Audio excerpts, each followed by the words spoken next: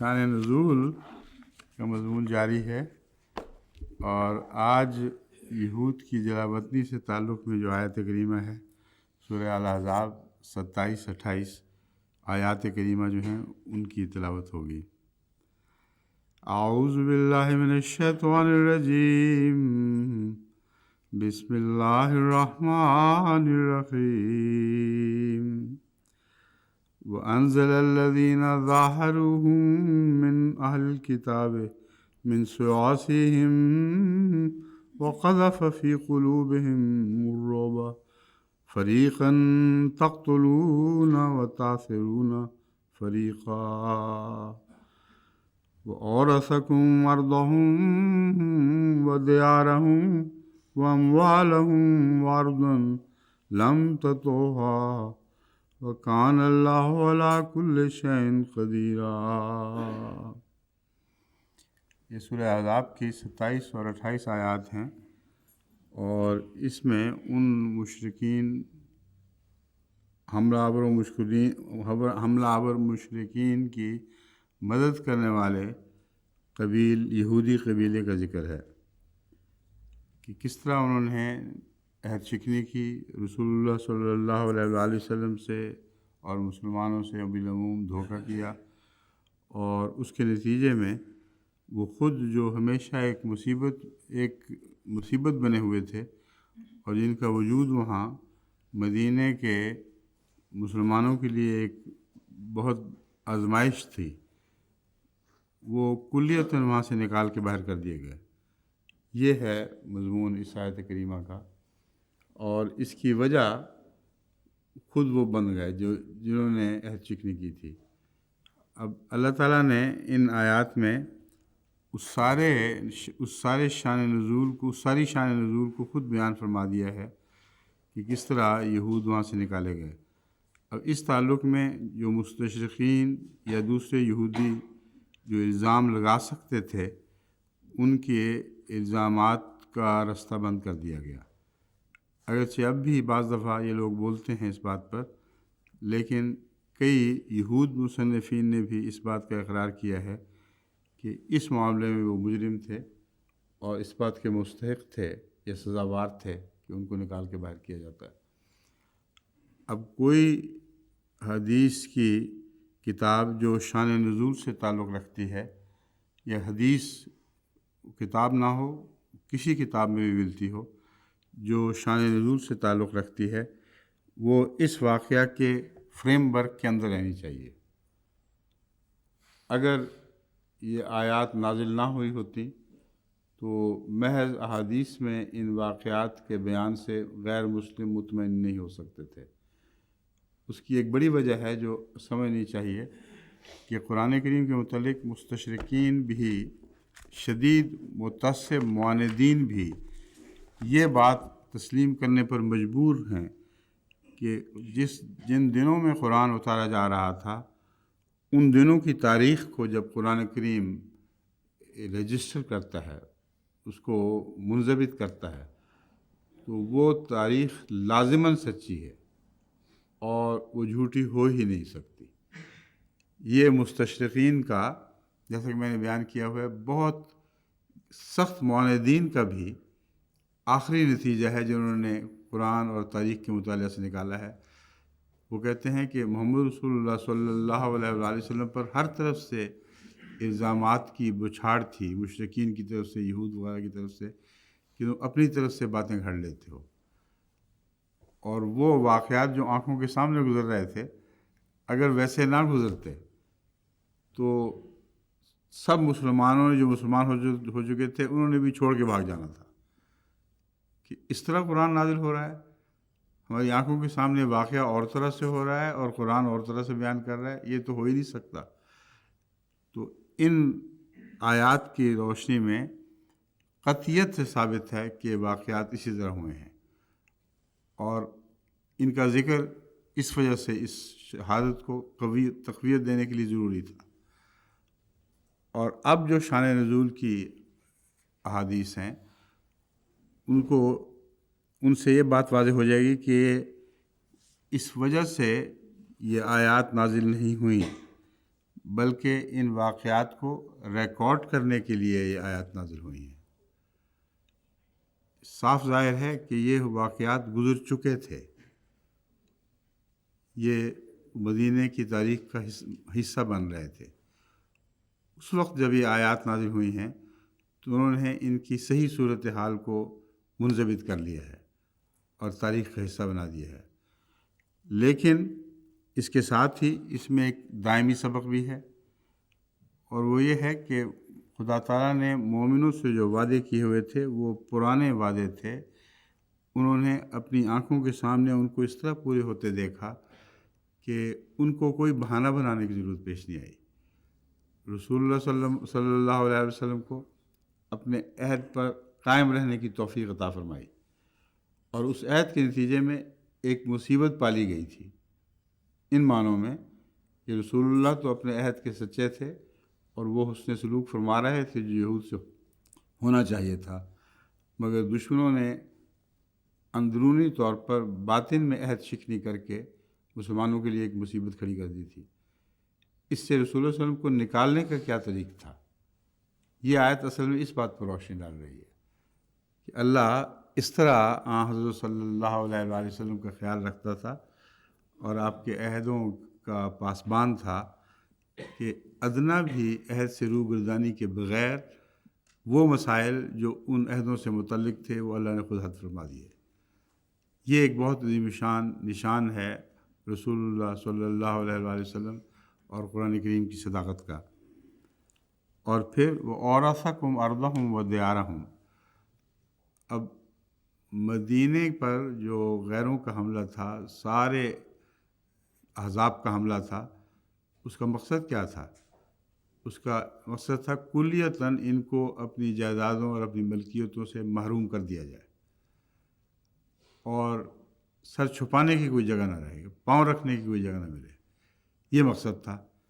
یہ آیت بتا رہی ہے کہ اس مقصد کے بالکل برعکس نتیجہ ظاہر کیا گیا۔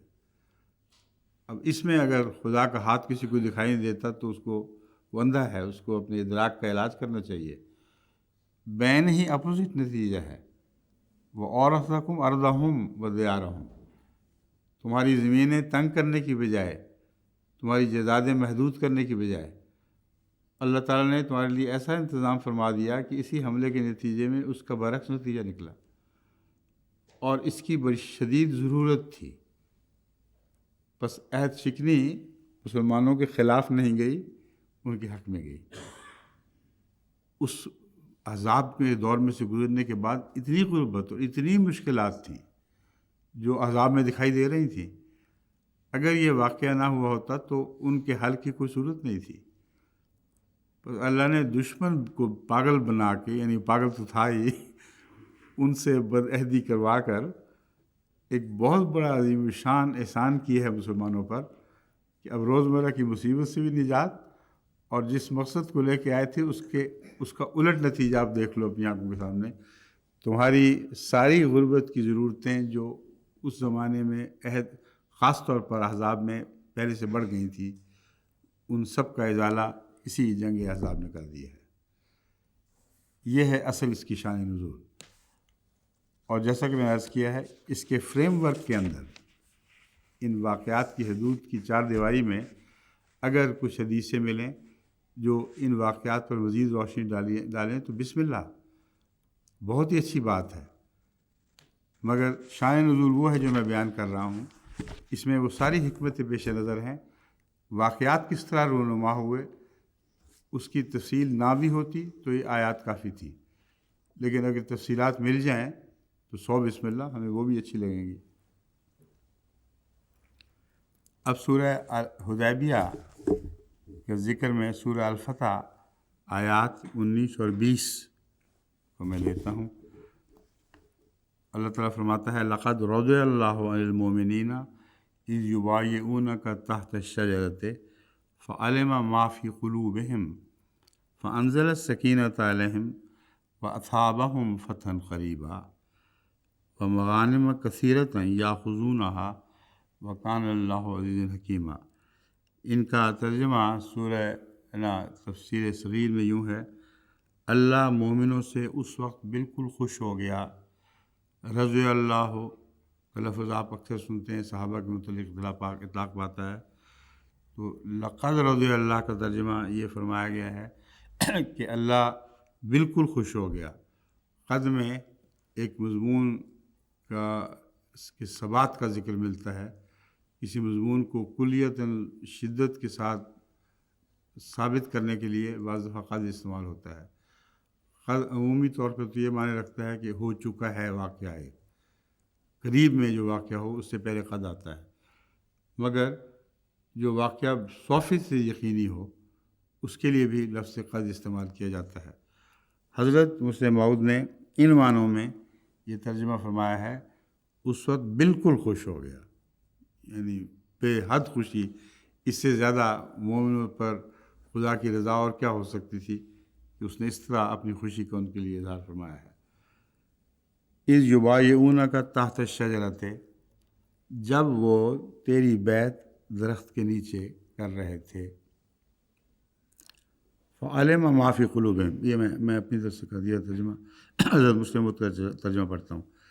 جب کہ وہ درخت کے نیچے تیری بیعت کر رہے تھے اور اس نے اس ایمان کو جو ان کے دلوں میں تھا خوب جان لیا، سو اس کے نتیجے میں اس نے ان کے دلوں پر سکینت نازل کی اور ان کو ایک قریب میں آنے والی فتح بخشی، اور بہت سے غنیمت کے مال بھی بخشے ہیں جن کو وہ قبضے میں لا رہے تھے، اور اللہ غالب اور حکمت والا ہے۔ یہ دو باتیں ہیں جو اس میں خصوصیت سے پیش نظر رکھنے والی ہیں کہ یہ وہ لوگ ہیں جن سے اللہ مکمل طور پر راضی ہو گیا، جو درخت کے نیچے بیعت کر رہے تھے۔ جن سے اللہ مکمل طور پر راضی ہو گیا، ان سے ہمارے شیعہ بھائی مکمل طور پر ناراض ہو گئے۔ یہ تضاد ہے جو اس شان نزول سے صاف دکھائی دے رہا ہے۔ اس آیت کے ہوتے ہوئے وہ سارے صحابہ جو اس میں شامل تھے، ان کے اوپر کسی کو زبان کھولنے کی ضرورت نہیں ہونی چاہیے۔ اگر زبان کھولے گا تو جس طرح وہ ان سے ناراض ہوگا، اللہ ان سے ناراض ہوگا، کیونکہ خدا تعالیٰ نے ان کی حفاظت فرما دی ہے اور آئندہ کے لیے بھی ان کو خوشخبریاں دی ہیں۔ بس ایسے لوگ جو صلح حدیبیہ میں درخت کے نیچے بیعت کر رہے تھے، ان کے خلاف کسی قسم کی کوئی روایت قبول نہیں ہوگی جو اس آیت کے اس شان نزول کے خلاف ہے جو آیت خود پیش کر رہی ہے۔ فَأَنزَلَ السَّكِينَةَ عَلَيْهِمْ وَأَصَابَهُمْ فَتْحًا قَرِيبًا، یہ فتح قریب کون سی ہے جس کا ان کو وعدہ دیا گیا ہے؟ جی ہاں، فتح مکہ۔ اس فتح قریب کا وعدہ پورا ہونے تک کوئی بھی ایسی بات نہیں ہے جو خدا تعالیٰ کی سزا کے خلاف ہو۔ یہ نقطہ ہے جو میں آپ کے سامنے کھولنا چاہتا ہوں۔ اس سے پہلے انہوں نے دوسری جنگوں کی باتیں کی ہیں، احد کی باتیں کی ہیں، بدر کی باتیں کی ہیں، نعوذ باللہ من ذالک۔ انہی صحابہ کو ان جنگوں کے حوالے سے زخمی کرنے کی کوشش کی گئی ہے اور بکثرت لٹریچر ضائع کیا گیا، منہ کالا کر دیا اپنے لٹریچر کا، ان صحابہ کے عیب تلاش کرنے اور ان جنگوں کے حوالے سے ثابت کرنے میں کہ نعوذ باللہ من ذالک ان سے اللہ تعالیٰ ناراض تھا، اور اگر پہلے کبھی اچھے کام کیے بھی تھے تو ان جنگوں کی آزمائش نے، خصوصاً جنگ احد کی آزمائش نے، ان صحابہ کو خدا کی نظر میں کلیتاً رد کر دیا۔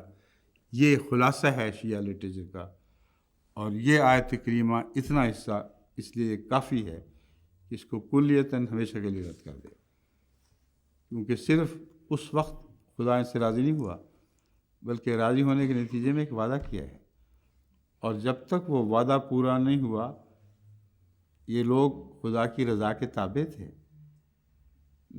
جن سے خدا ناراض تھا ان کے حق میں وہ خوشخبری نہیں ہے، ان کے حق میں خوشخبری ہے جن سے خدا راضی تھا، اور وہ یہ ہے أَصَابَهُمْ فَتْحًا قَرِيبًا۔ اس فتح مکہ تک تو قطعاً ثابت ہو گیا کہ شیعوں کے اعتراضات بالکل جھوٹے اور بے معنی ہیں، اور فتح مکہ میں ان سے اپنی پوری رضا ظاہر کرنے کے بعد باقی پھر کون سی چیز رہ جاتی ہے جس کے بعد اللہ تعالیٰ ان سے ناراض ہوا ہو؟ ناراضگی کا مضمون ہی اٹھ جاتا ہے۔ ناراضگی کی بنیاد بہت پہلے ڈالی گئی شیعوں کی طرف سے۔ جب فتح مکہ ہو گئی تو پھر ناراضگی کی بنا کا کون سا موقع رہ گیا؟ ایک حضرت علی کی وراثت کا مسئلہ تھا، اس کو چابی والی بات نے حل کر دیا کہ حضرت علی سے چابی لے کر کسی اور کے سپرد کر دی گئی، تو فتح مکہ نے سارے شیعہ مسائل حل کر دیے۔ اس لیے یہ جو میں شان نزول قرآن کریم کی بیان کر رہا ہوں، اس میں گہری حکمتیں ہیں۔ یہ قرآن کریم ہی کی طرف سے قرآن کریم کے آیات کے نزول کی وجوہات بیان فرمائی گئی ہیں۔ وَمَغَانِمَ كَثِيرَةً يَأْخُذُونَهَا وَكَانَ اللَّهُ عَزِيزًا حَكِيمًا۔ اور اس سلسلے میں جو یہ اعتراض کیے جاتے ہیں کہ حضرت علی رضی اللہ تعالیٰ عنہ اور حضرت فاطمہ رضی اللہ تعالیٰ عنہ کے حقوق غصب کر دیے گئے، اور وہ مغانم جن کا حصہ، بڑا حصہ ان کو ملنا چاہیے تھا رسول اللہ کے ورثے کے طور پہ، وہ ان کو نہیں دیا گیا، صحابہ نے بانٹ لیے۔ یہ آیت کیا کہتی ہے؟ اللہ نے وہ مغانم عطا کیے اور سب صحابہ کو عطا کیے، وہ جو بیعت میں شامل تھے کم سے کم وہ، اور اس کے علاوہ ان کے ساتھی اور ان جیسے۔ وَمَغَانِمَ كَثِيرَةً يَأْخُذُونَهَا وَكَانَ اللَّهُ عَزِيزًا حَكِيمًا۔ کثرت سے ان کو مغانم عطا کیے کرے گا یعنی خدا، اور یہ عطا کر دیے گئے۔ وَكَانَ اللَّهُ عَزِيزًا حَكِيمًا، اور اللہ تعالیٰ بہت عزت والا غلبہ رکھنے والا اور حکیم ہے۔ سورہ الممتحنہ 13 آیت میں عورتوں کی بیعت اور اس کے الفاظ کا ذکر ہے۔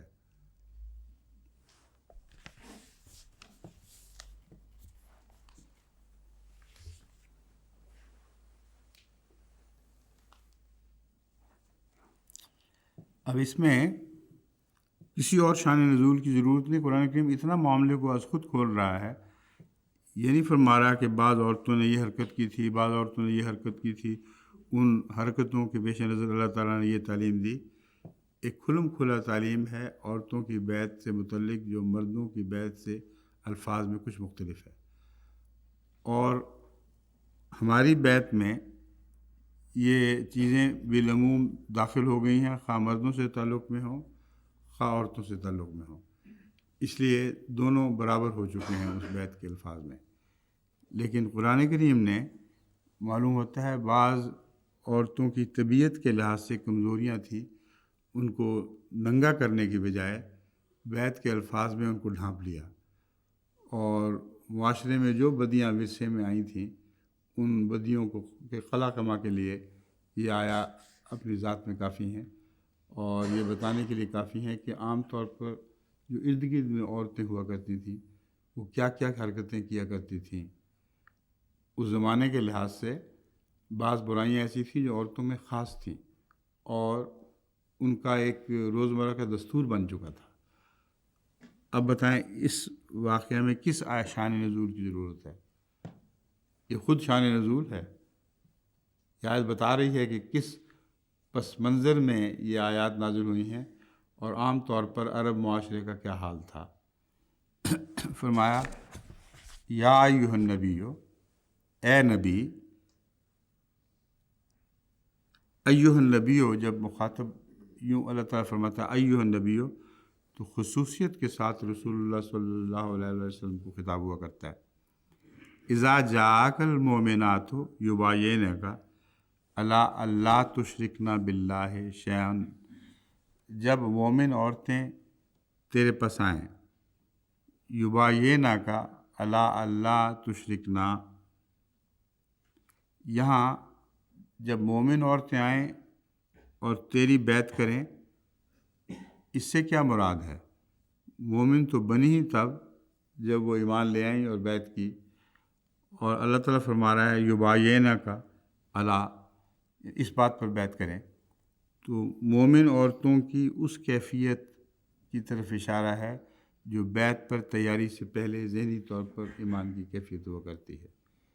یہ مراد نہیں کہ روزمرہ کی مومن عورتیں جب آئیں، بلکہ مراد یہ ہے کہ اگر عورتوں میں سے بعض ارادہ کریں، دل میں ایمان لے آئیں اور فیصلہ کر لیں کہ اب ہم نے بیعت کر لینی ہے، تو جب وہ بیعت کرنے کے لیے آئیں تو ان کی بیعت قبول کیا کر، اور ان کے الفاظ یہ ہونے چاہیے: الا اللہ یشرکن باللہ شیئن، کہ وہ ہرگز کسی صورت میں بھی اللہ کا شرک نہیں کریں گی، کسی چیز کے ذریعے بھی ایک ذرہ بھر بھی اللہ کا شرک نہیں کریں گی، ولا یسرقن، اور نہ چوری کریں گی، ولا یزنین، اور نہ زنا کریں گی، ولا یقتلن اولادہن، اور نہ اپنی اولاد کو قتل کریں گی۔ اولاد کا قتل ماں باپ دونوں کی طرف بھی منسوب ہے، لیکن ایک خفیہ قتل عورتیں بھی کیا کرتی ہیں جس کا مردوں کو بعض دفعہ پتہ بھی نہیں چلتا۔ دو معنوں میں یہ ہوا کرتا ہے، ایک یہ کہ اپنا حمل گرا دیتی ہیں مرد کی اجازت کے بغیر، اور آج کل کی قضاء میں بھی ہمیشہ اس قسم کے مقدمات سامنے آتے رہتے ہیں۔ اور دوسرا قتل اولاد ہے کہ ضرورت سے زیادہ لاڈ پیار کے ذریعے اپنی اولاد کو تباہ نہیں کریں گی، اور یہ خاص لاڈ پیار کا قتل یہ عورتوں کے لیے مردوں کی نسبت بہت زیادہ عام ہے۔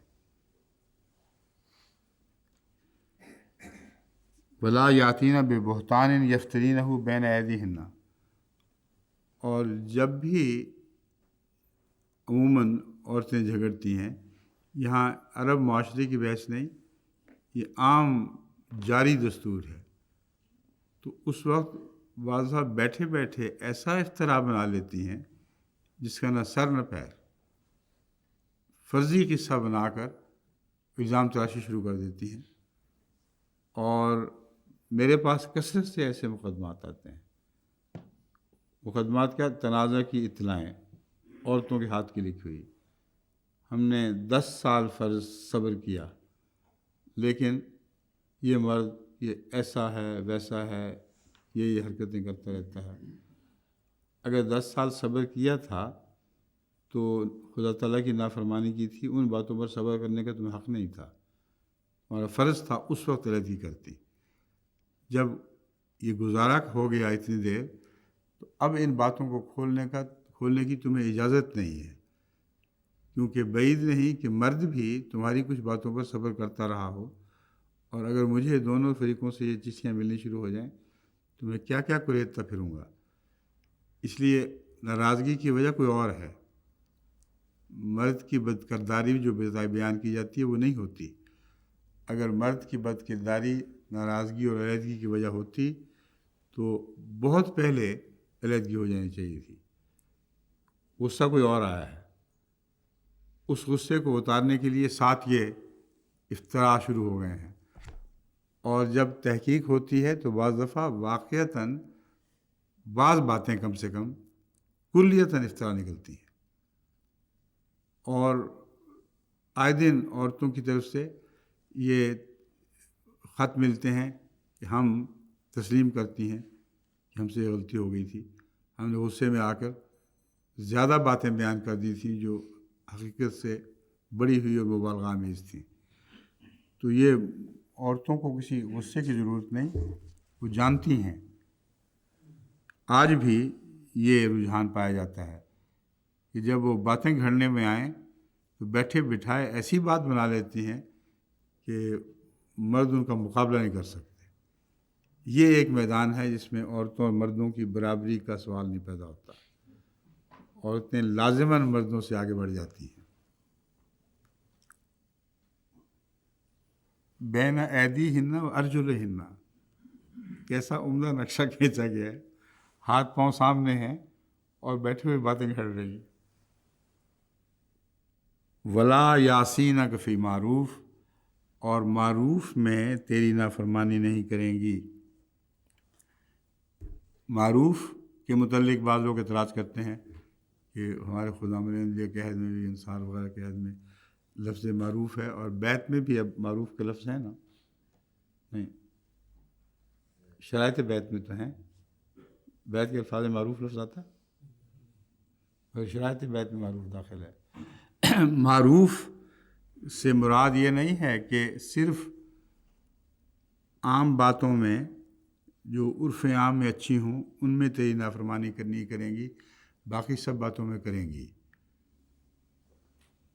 نافرمانی جو شریعت کے احکام کے تابع ہو وہ تو سراسر فسق و فجور ہے اور ظاہراً منع ہے، اور نعوذ باللہ من ذالک یہ ہو ہی نہیں سکتا کہ رسول اللہ صلی اللہ علیہ وسلم کوئی شریعت کا حکم دیں اور اس کے لیے کسی مزید عہد کی بھی ضرورت ہو۔ وہ اہل بیت کے آغاز میں اس نیت میں داخل ہے کہ میں مسلمان ہوتا ہوں یا مسلمان ہوتی ہوں، تمام شریعت نافذ ہو جاتی ہے اس وقت۔ پھر معروف کا کیا مطلب ہوا؟ مراد یہ ہے کہ شریعت سے بڑھ کر روزمرہ کے امور میں جو عرف عام میں اچھے سمجھے جاتے ہیں لیکن واضح طور پر شریعت کے احکام میں داخل نہیں ہیں، ان میں بھی نافرمانی کی اجازت نہیں ہے۔ یہ عہد کرو، یہ نہ بتاؤ کہ نکالو آیات اور دکھاؤ کن کن خدا تعالیٰ کی آیات یا منشا کے مطابق یہ حکم دیا گیا ہے، اس بحث میں نہیں پڑو گے۔ یہ مردوں کے لیے بھی عام ہے اب اور عورتوں کے لیے بھی عام ہے کہ جب اچھی بات ہو تو جس کو تم نے امام بنایا ہے اس کے حکم کی پیروی کرو، اور اچھی بات کا جھگڑا اس سے یہ نہ کرو کہ اچھی بات نہیں ہے۔ وہ جب اچھی سمجھتا ہے تو پھر اچھی سمجھ کے قبول کرو۔ اگر شریعت کے خلاف ہے تو معروف کا سوال ہی نہیں، اس میں تمہارے لیے دو ہی رستے ہیں، یا تو سمجھو کہ امام نے شریعت کے حکم کو بہتر سمجھا، یا اس امام کا ہاتھ چھوڑ دو۔ اور بیت میں یہ بات داخل ہے، جب چاہو الگ ہو جاؤ، جب چاہو داخل ہو جاؤ۔ اس لیے یہ مکمل الفاظ ہیں، فاستغفر لہن اللہ ان اللہ، اس کے بعد اس سے مکمل ہو جاتے ہیں۔ ایسی صورت میں اگر وہ یہ کریں تو ان کے لیے استغفار کر اللہ تعالیٰ سے، ان اللہ غفور الرحیم، یقیناً اللہ تعالیٰ بہت بخشنے والا اور بہت رحم فرمانے والا ہے۔ یہاں اس شان نزول کے ساتھ جو استغفار کا لفظ استعمال ہوا ہے، اس سے پتہ چلتا ہے کہ بیت اکیلی کافی نہیں، جب تک اس بیت کے مقاصد کو تقویت دینے کے لیے محمد رسول اللہ صلی اللہ علیہ وسلم ان لوگوں کے لیے استغفار نہ کریں۔ اب یہ سوال رسول اللہ صلی اللہ علیہ وسلم تو اب ہمیں نہیں ہے، لیکن یہ میں آپ کو یقین دلاتا ہوں کہ آپ کا مسلمانوں کے لیے اور مومنوں کے لیے استغفار قیامت تک کا معاملہ ہے، کسی ایک دور سے تعلق نہیں رکھتا، آپ کی زندگی کے ایام سے تعلق نہیں رکھتا، بلکہ آپ ہی کا استغفار ہے جو ہمیں سنبھالے ہوئے ہے اور قیامت تک کے لیے مومنوں کے لیے استغفار کام کر رہا ہے۔ اس لیے وہ یہ نہ سمجھے کہ اس سے پتہ چلا کہ پرانی بات ہو گئی۔ سورہ ممتحنہ آیت 13۔ اب شان نزول کو اس زمانے کی عورتوں سے ماننا ظاہر ہے کہ بالکل غلط ہے۔ یہ اکثر عورتوں کے فطری تقاضے ہیں جن کو اس آیت میں لیا ہے، اور ان فطری تقاضوں کے نتیجے میں بیان ایسا ہے کہ اس زمانے کی عورتوں کی کمزوریوں کی پردہ داری ہو گئی ہے، پردہ داری نہیں کرنا پڑی۔ ایسا بیان ہے عورتوں کی طبیعت کا جو ہمیشہ کے لیے ہے، اور اسی بیان کے تابع ان پر خدا تعالیٰ نے ستاری کا پردہ ڈال دیا۔ اب سورہ فتح کی آیات جو فتح مبین سے متعلق ہیں میں لیتا ہوں۔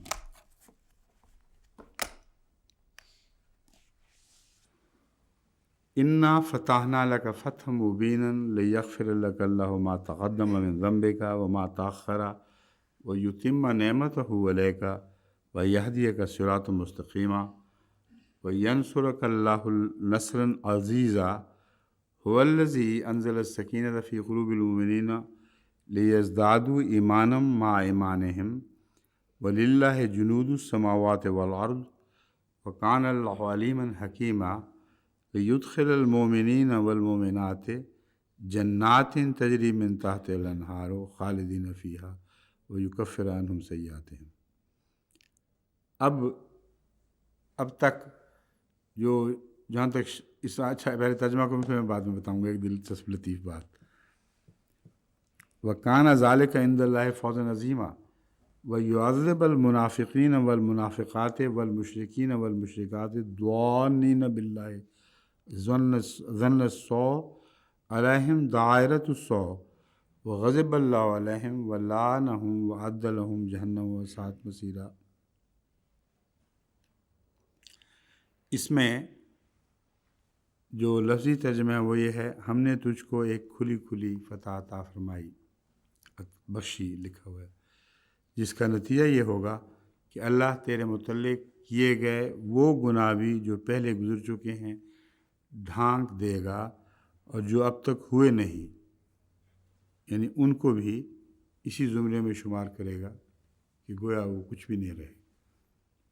لیکن آئندہ ہونے کا امکان ہے، یہ مسلم موعود نے بریکٹ میں لکھا ہوا ہے، آئندہ ہونے کا امکان ہے۔ یہ مسلم موعود کا ایک تجزیہ ہے کیوں آئندہ کے ذریعے متعلق بات کی گئی ہے، لیکن یہاں میرے نزدیک احتمال نہیں ہے، صرف ایک فرضی احتمال ہے۔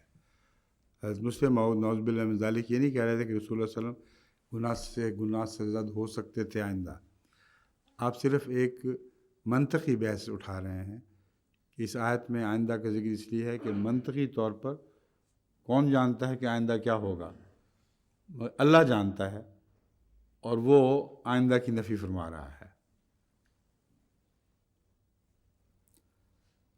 اور تجھ پر اپنی نعمت پوری کرے گا اور تجھے سیدھا راستہ دکھائے گا، اور اللہ تیری شاندار مدد کرے گا۔ یہ تو اللہ کا تعلق ہے، یعنی اللہ اور رسول کا معاملہ ہے، کہ یہ بیان کرنا مقصود ہے کہ رسول اللہ صلی اللہ علیہ وآلہ وسلم کا حج اس شان سے قبول ہوا ہے کہ کبھی دنیا میں کسی کا حج اس شان سے نہ قبول ہوا نہ آئندہ ہو سکتا ہے۔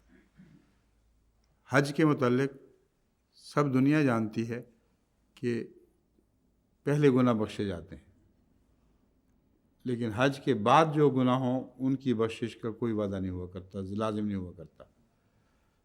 لیکن رسول اللہ صلی اللہ علیہ وسلم کا حج اس شان سے قبول ہوا ہے کہ گو امکانی بحث گزری ہے آئندہ گناہوں کی، لیکن اگر فرض کرو آئندہ کوئی گناہ ہو بھی جاتا تو خدا تعالیٰ کے نزدیک وہ حج جو ظاہری رسوم کے لحاظ سے ادا نہیں کیا گیا، اس حج کی قبولیت کا یہ حال ہے کہ پچھلے گناہ بھی معاف اور اگلے گناہ بھی معاف، یعنی ساری زندگی کو ایک تحفظ حاصل ہو گیا خدا تعالیٰ کی طرف سے۔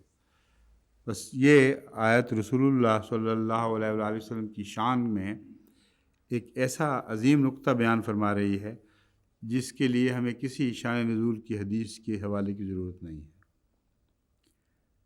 اب مومنوں کا حال سنیں۔ هو الذی انزل السکینۃ فی قلوب المؤمنین، یہ المومنین وہ سارے مومن ہیں جو ساتھ شامل تھے، ان کی بھی ایک حفاظت کا وعدہ فرمایا گیا ہے۔ یہ خیال کہ ان میں سے نکل کے منافق بنتے تھے، یہ سراسر بہتان ہے، اور اس آیت کریمہ کے اوپر ایک افتراء ہے۔ هو الذی انزل السکینۃ فی قلوب المؤمنین، وہ لوگ جو بیعت رضوان کرنے والے تھے ان کے دلوں پر سکونت اتری تھی کہ نہیں اتری تھی؟ کیا ان میں سے منافقین نے بننا تھا جن کو خدا تعالیٰ نے درخت کے نیچے سکینت عطا فرمائی؟ اس کا ذکر فرماتے ہوئے اللہ فرماتا ہے وَلِلَّهِ جُنُودُ السَّمَاوَاتِ وَالْأَرْضِ وَكَانَ اللَّهُ عَلِيمًا حَكِيمًا، اللہ کے جنود ہیں آسمانوں اور زمین میں، یعنی جو فرشتے اترتے تھے وہ خدا کے وہ جنود فرشتے ہیں جو نازل ہوا کرتے ہیں اللہ تعالیٰ کے فرمان کے مطابق، اور یہ سکینت اتارتے ہیں۔ بس جو سکینت ان کے دلوں پر اتری، یہ اللہ تعالیٰ نے جنود بھیجے تھے جن کو آپ نہیں دیکھتے، اور اس کی تفصیل دوسری آیات میں موجود ہے۔ جنود لم تروہا، وہ جنود واقعتاً ایسے فرشتے ہیں جو تمام کائنات کے امور پر مامور ہیں۔ ایک ایک چیز جو کائنات میں قانون قدرت کے طور پہ جاری ہے، جس کو سائنسدان سمجھتے ہیں کہ از خود ہو رہا ہے۔ از خود کیوں ہو رہا ہے؟ کیوں ایسا عظیم الشان نظام کائنات ہے جس میں ہر چیز بحکمت ہے؟ اس بات کو بھلا دیتے ہیں کیونکہ اس کو مانیں گے تو خدا ماننا پڑے گا۔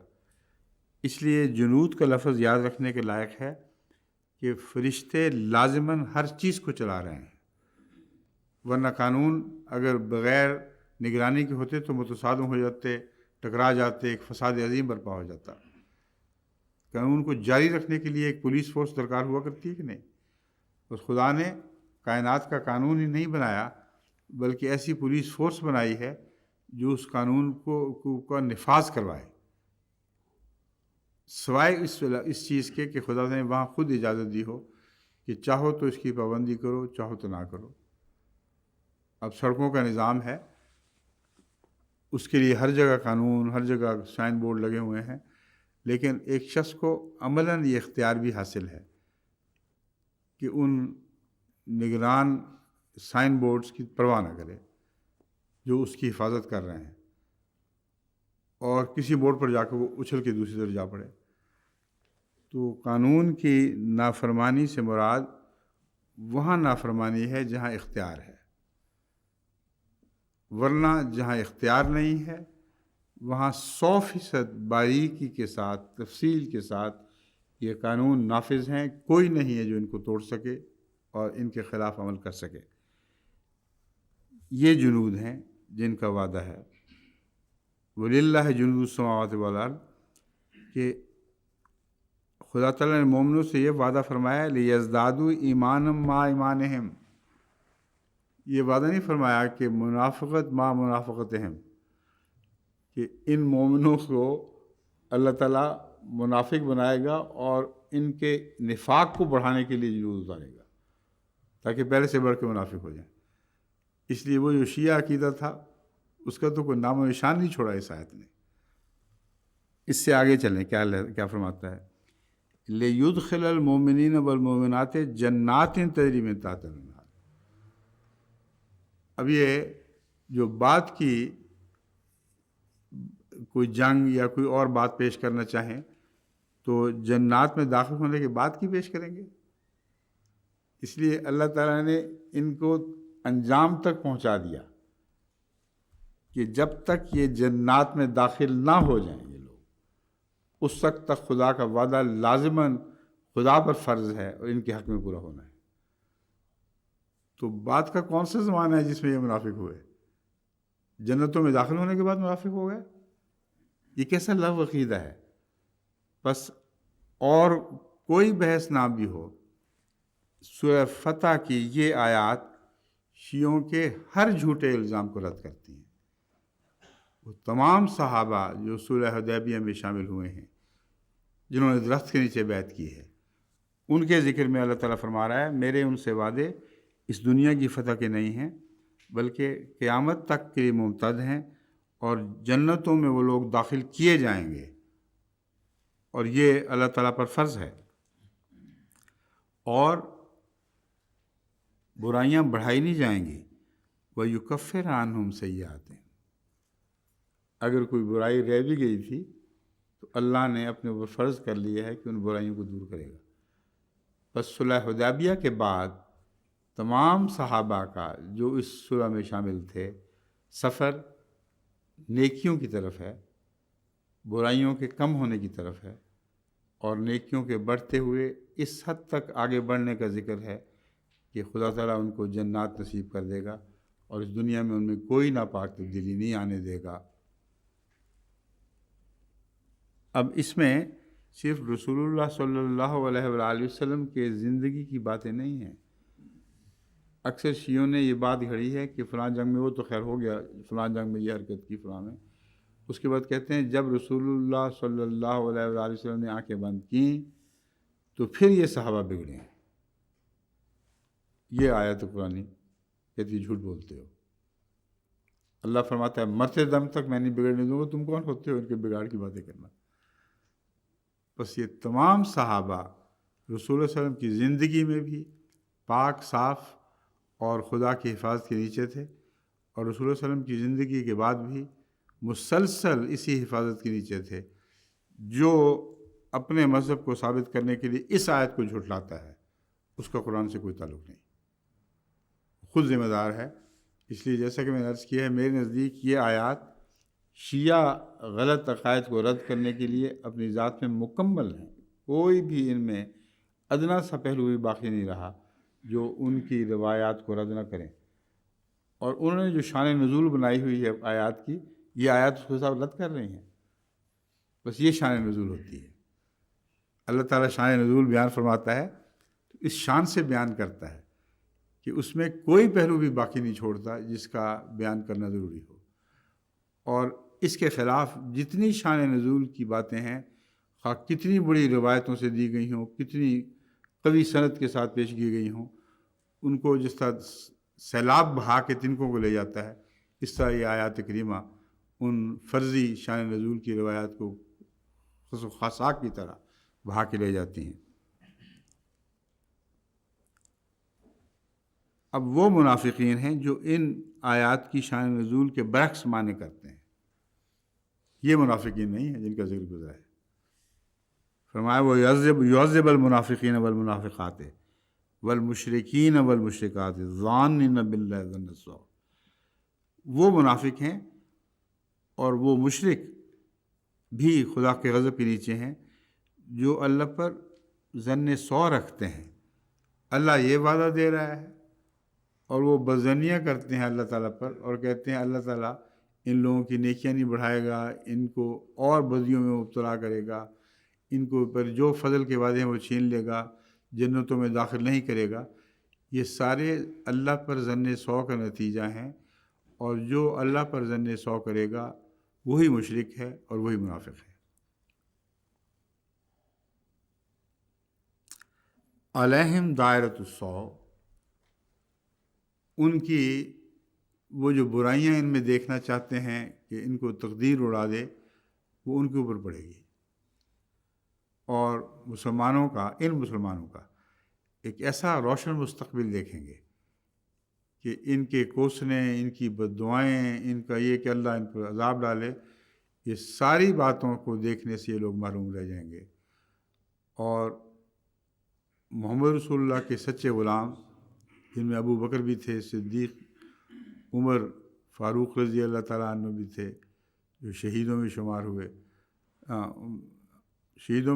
ہوئے، اور حضرت عثمان، جن کے متعلق میں نے ایک روایت بیان کی تھی کہ وہ صدیقوں میں بھی ہیں اور شہیدوں میں بھی ہیں، اور حضرت علی چوتھے خلیفہ، ان چاروں کے تعلق میں اور ان کے ساتھیوں کے تعلق میں یہ آیات قطعیت رکھتی ہیں۔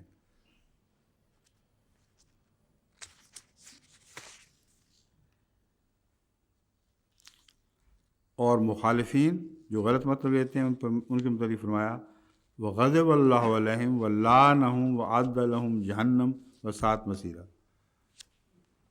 جو برعکس لوگ ہیں ان کے متعلق فرمایا ہے ان کو اللہ تعالیٰ نے ان پر غضب کیا ہے، ان پر لعنت کی ہے، اور ان کے لیے جہنم تیار کی ہے جو بہت برا ٹھکانہ ہے۔ اب پہلی آیات میں ان لوگوں کے لیے کیا تیار تھا؟ جنت، ایسی جنت جس میں وہ داخل ہوں گے۔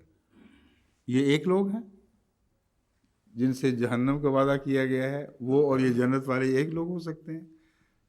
بس اس بات کو پلے باندھ لیں کہ اور بھی میں نے طریقے بتائے ہوئے ہیں شیعوں سے بحثوں کے، مگر آج مجھے شان نزول پر غور کرتے ہوئے یہ بات سمجھ آئی ہے پہلی دفعہ کہ یہ آیات تو کلیتاً شیعہ کا قلقامہ کر دیتی ہیں۔ ایک ہی دین باقی رہتا ہے جو تمام خلفاء سے وابستہ ہو، اور رسول اللہ صلی اللہ علیہ وسلم اور صحابہ سے جنت میں داخل ہونے تک جو وعدے کیے گئے ہیں، جو ان پر ایمان لانے والے لوگ ہیں وہی سچے ہیں، اور باقی سب قرآن کے مخالف ہیں۔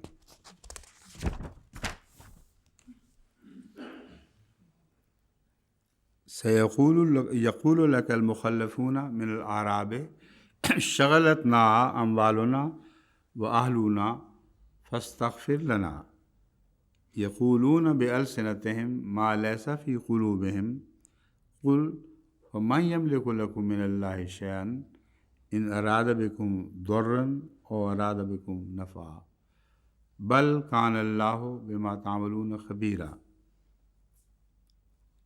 سیقول لک المخلفون من الاعراب شغلتنا اموالنا واہلنا، یہ جنگ تبوک کا ذکر چل رہا ہے، اور اس میں عراب کی طرف سے جو بہانہ خوریاں ہونی تھیں، جو عجیب عذر تراش کر صحابہ سے دور رہتے ہوئے بھی ان نعمتوں میں حصہ پانے کا اصرار تھا جو مشقت کرنے والے صحابہ کو اللہ تعالیٰ نے عطا فرمائی تھی، ان کا ذکر مل رہا ہے۔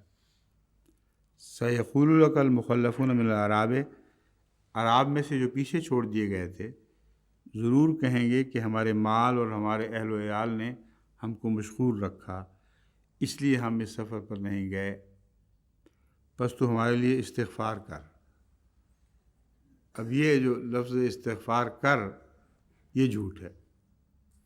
ایسے لوگ تھے جو رسول اللہ صلی اللہ علیہ وسلم کی خدمت میں حاضر ہوتے تھے اور کہتے ہم مصروف رہے، یہ ایسا ہو گیا، ایسا ہو گیا، اب ہمارے لیے استغفار کر، ہمیں معاف فرما، اللہ معاف فرمائے۔ یہ جو عذر ہے استغفار کر کا، یہ آج بھی جاری ہے۔ وہ منافقین، وہ جماعت کو دھوکہ دینے والے جو اپنے لیے، اپنے اعمال کے لیے جھوٹے عذر تراشتے ہیں، وہ آخر پر سارا بوجھ مجھ پہ ڈالنے کی کوشش کرتے ہیں۔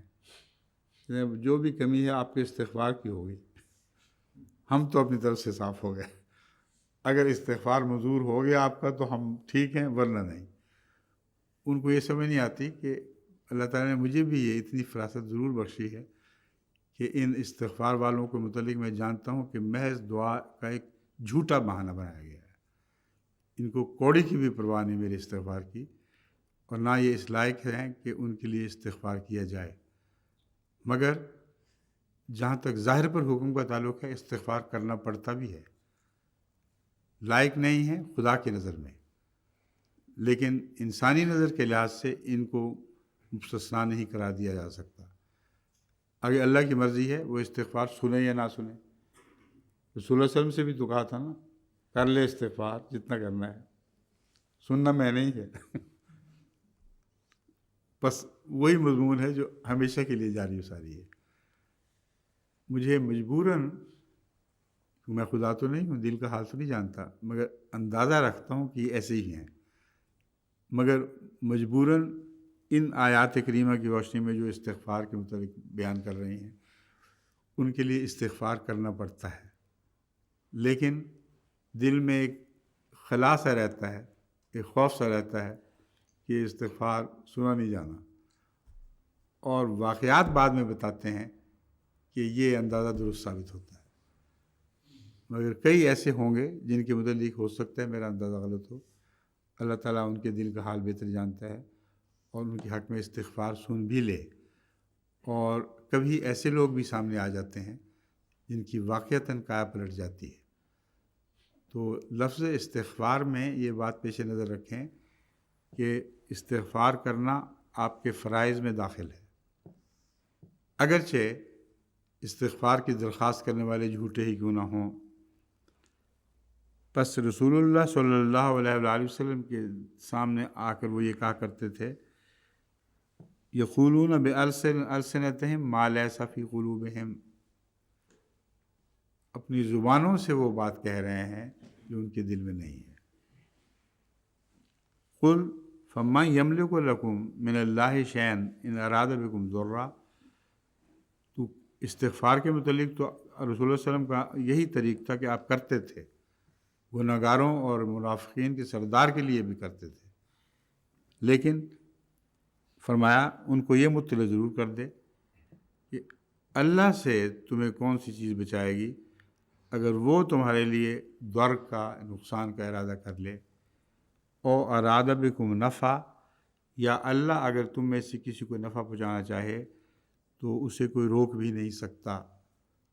بس یہ یاد رکھو کہ فیصلہ اللہ نے کرنا ہے، اگر تم نفع کے لائق اس کی نظر میں ٹھہرے تو کوئی دنیا کی طاقت اس نفع کی راہ میں حائل نہیں ہو سکتی، اور اگر جیسا کہ ظاہر ہے تمہارے دل میں نفاق ہے تو خدا تعالیٰ کے ضر سے جو تمہیں پہنچے گا اس سے تمہیں کوئی بچا نہیں سکے گا۔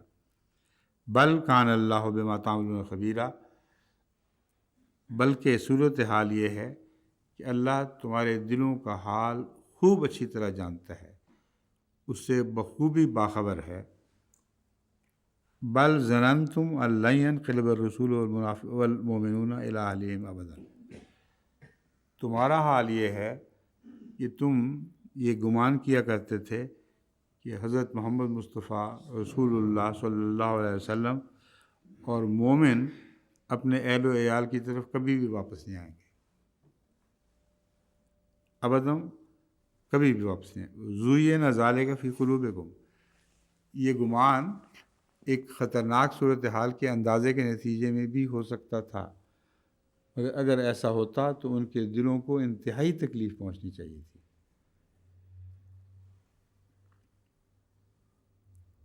لیکن زُیِّنَ ذَلِکَ فِی قُلُوبِکُم، ان لوگوں کو اپنے دلوں کو پہچاننے کے لیے خدا تعالیٰ نے کتنی وضاحت سے نفسیاتی کیفیات کو بیان فرمایا ہے۔ محض اس اعلان پر اکتفا نہیں کی کہ تم جھوٹ بول رہے ہو، تم یہ کر رہے ہو، فرمایا یاد کر لو، اپنے دلوں کو اچھی طرح دیکھ لو۔ تمہیں جب یہ خیال گزرا تھا کہ جنگ تبوک کا سفر اتنا خطرناک ہے کہ اس سے رسول اللہ صلی اللہ علیہ وسلم اور آپ کے صحابہ لوٹ نہیں سکتے، تو تمہارے دل میں تو غم کی آگ لگ جانی چاہیے تھی، ناقابل برداشت حال ہو جاتا کہ رسول اللہ صلی اللہ علیہ وسلم کو ہم دوبارہ نہیں دیکھ سکیں گے۔ لیکن اے بدبختو، تم خوش ہوتے تھے اس بات سے، یہ خیال تمہارے دل میں زینت بنا دیا گیا، اور تمہیں بہت اچھا لگتا تھا کہ اب کبھی نہیں آئیں گے اور ہمیشہ کے لیے ہمیں ان سے چھٹکارا ہو گیا۔ یہ آیت کریمہ قطعیت کے ساتھ ان لوگوں پر ان کا حال کھول رہی ہے۔ وَظَنَنْتُمْ ظَنَّ السَّوْءِ وَكُنْتُمْ قَوْمًا بُورًا، اور تم نے ایک بد ظنی سے کام لیا۔ ظن السوء سے مراد عام بد ظنی نہیں، بلکہ خدا کے حق میں بھی بد ظنی کی، لوگوں کے حق میں بھی بد ظنی کی، اور یہ ظن اپنی ذات میں انتہائی قریب منظر تھا، قریب تھا کہ رسول اللہ صلی اللہ علیہ وسلم واپس نہیں آئیں گے۔ كُنْتُمْ قَوْمًا بُورًا، اور تم ہلاک ہونے والے لوگوں میں شامل ہو گئے ہو۔ اب حنین کی جنگ ہے جس کے متعلق بعض شیعہ حضرات بعض استنباط کرتے ہیں، اور اس کے بعد جو اموال ہیں ان کی تقسیم وغیرہ اس قسم کی بہت سی بیہودہ باتیں ہیں، اور حضرت عمر کے متعلق کہ اس طرح بھاگے ہوئے فلاں راستے میں کھڑے تھے، یہ ساری بحثیں میں ان آیات کے متعلق پہلے ایک درس میں بیان کر چکا ہوں۔ یعنی ان آیات کی بحث تو درس میں ابھی نہیں آئی تھی غالباً، سورہ توبہ جو ہے، لیکن شیعوں کے الزامات کے حوالے سے میں اس کا ذکر کر چکا ہوں۔ مگر سورہ فتح کی آیات کے بعد وہ جو میرا بیان تھا وہ اس کے مقابل پر، فتح کی آیات کے مقابل پر ایک معمولی بیان رہ گیا ہے۔ جس شان کے ساتھ جنت میں داخل ہونے تک اللہ تعالیٰ نے مومنوں کی حفاظت فرمائی ہے، اس کے بعد وہ باتیں علمی باتیں ہیں، مگر اس سے زیادہ اتنی بڑی اہمیت نہیں جتنی سورہ فتح کو آیات کو حاصل ہے۔ یہاں سورہ توبہ آیت 25 میں ہے، لَقَدْ نَصَرَكُمُ اللَّهُ فِي مَوَاطِنَ كَثِيرَةٍ وَيَوْمَ حُنَيْنٍ إِذْ أَعْجَبَتْكُمْ كَثْرَتُكُمْ فَلَمْ تُغْنِ عَنْكُمْ شَيْئًا وَضَاقَتْ عَلَيْكُمُ الْأَرْضُ بِمَا رَحُبَتْ ثُمَّ وَلَّيْتُمْ مُدْبِرِينَ، اللہ نے بہت سے مواقع پر تمہاری مدد کی ہے۔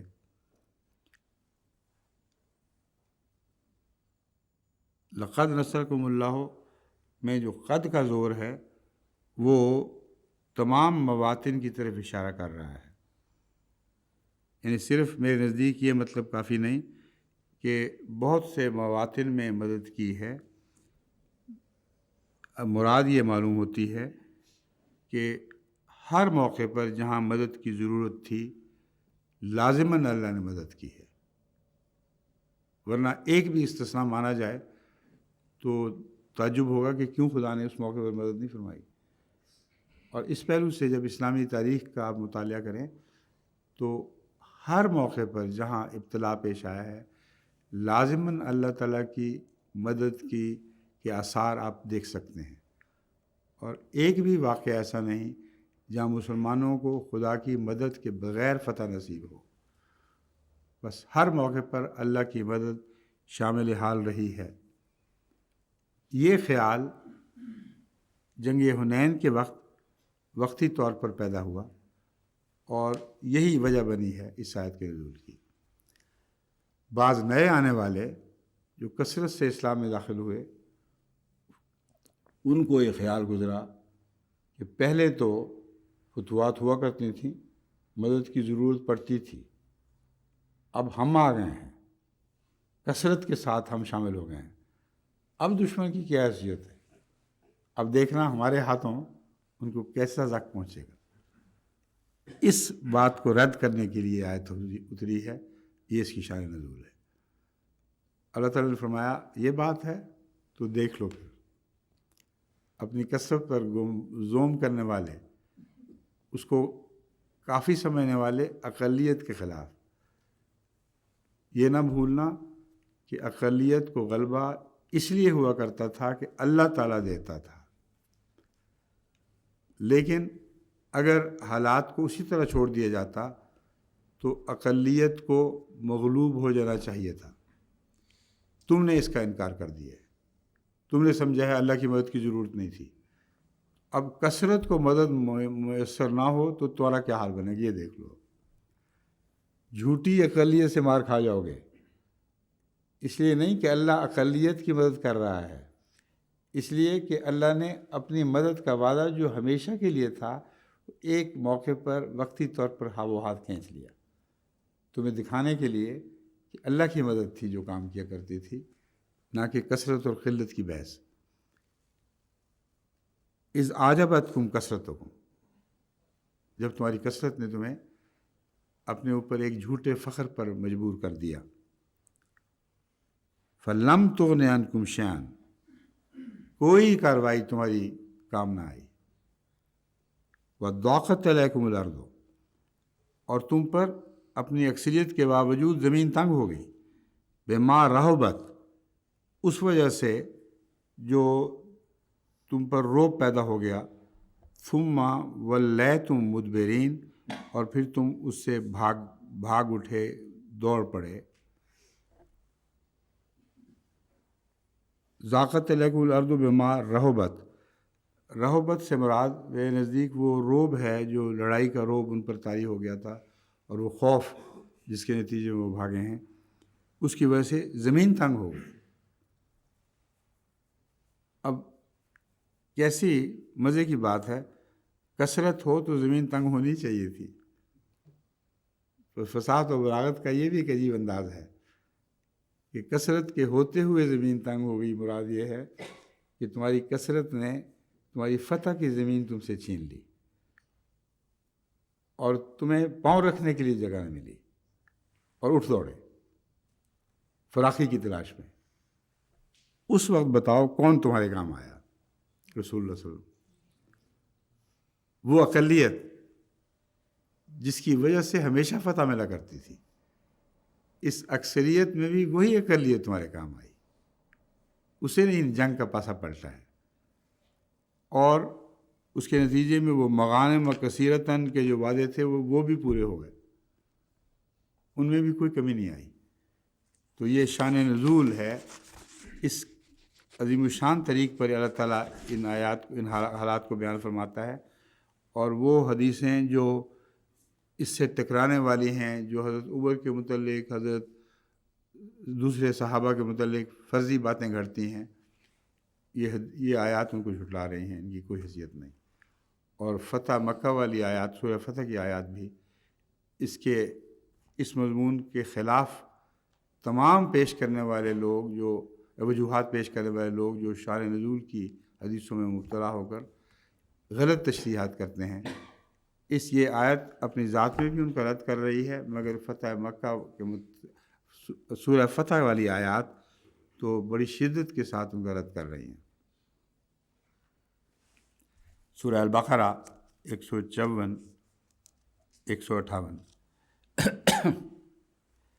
یا ایھا الذین آمنوا استعینوا بالصبر والصلاۃ ان اللہ مع الصابرین، اے لوگو جو ایمان لائے ہو، استعینوا بالصبر والصلاۃ، صبر کے ذریعے اور نماز کے ذریعے اللہ تعالیٰ کی مدد چاہو.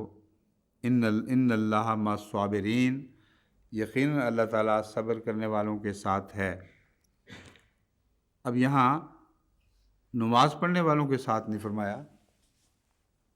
یہ کیا وجہ ہوئی؟ صبر تو نسبتاً کم درجے کی ایک خوبی ہے. الصلاۃ اصل چیز ہے جو جان ہے ساری باتوں کی. یہ کیوں نہیں فرمایا کہ اللہ تعالیٰ نماز پڑھنے والوں کے ساتھ ہے؟ کیوں ڈاکٹر صاحب کچھ ذہن میں آ رہا ہے کہ نہیں؟ کبھی کبھی تھوڑی سی تبدیلی کی خاطر یہ سوال جواب بھی ہو جائیں، کیونکہ وقت 1 منٹ کا رہ گیا ہے اور اس آیت کو دوبارہ کل اٹھانا پڑے گا. تو کیا خیال آیا آپ کو؟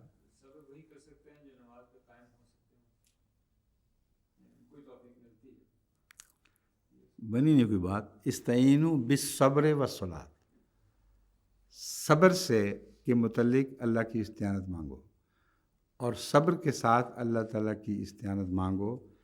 والصلاۃ، اور نماز کی. ان اللہ